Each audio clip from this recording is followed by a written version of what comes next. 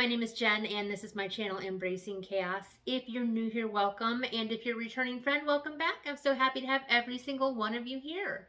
Today we are here to celebrate day 25 of Vlogtober, which is also day number 3 of looking into how to create a healthy bedtime routine.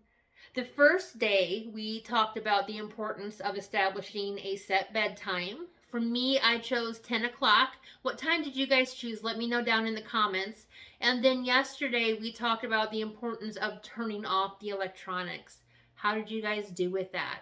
I actually did better than I thought I would.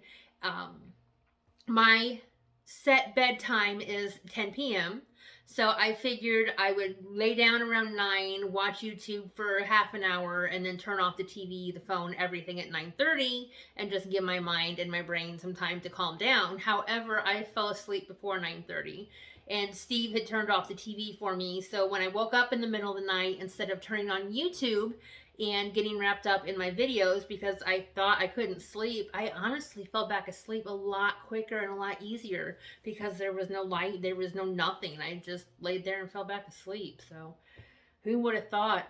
How'd you guys do? I know I've already said this twice, but seriously, let me know down in the comments what you guys do instead of electronics. That's really interesting to me too.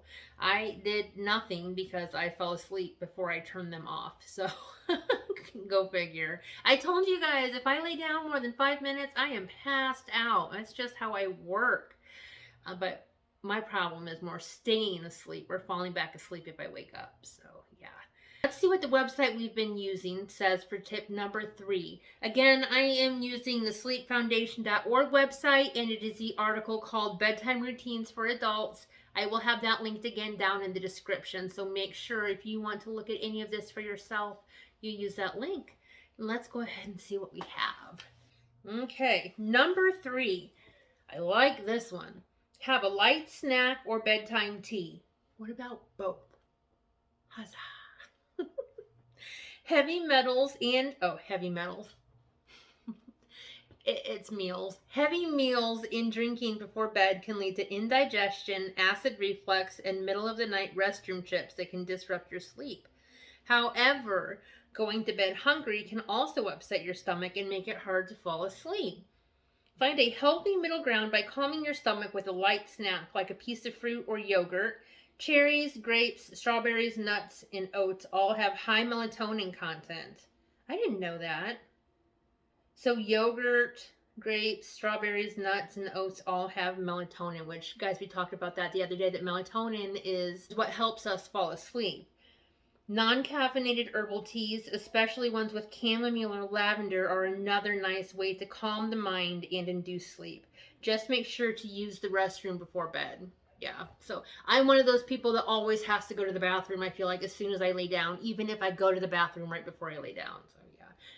All right, I like that. What do you guys think you're going to pick for your light snacks before you go to bed? I love eating popcorn, so maybe a little bit of popcorn or something like that before I go to bed. And then as far as tea, there are so many yummy bedtime teas out there. Do you guys drink tea before you go to bed? I personally like the Trader Joe's bedtime tea or sleepy time tea. I can't remember what it's called, but it is really, really good. So yeah, that is our tip for today. A light snack and some tea, or some tea. Either way, you could do one or the other if you wanted to. So, all right, I got home late from work today, so I got to cut this video short. I hope you guys are all having a fantastic day. I'm looking forward to seeing you again tomorrow night. And until next time, keep smiling.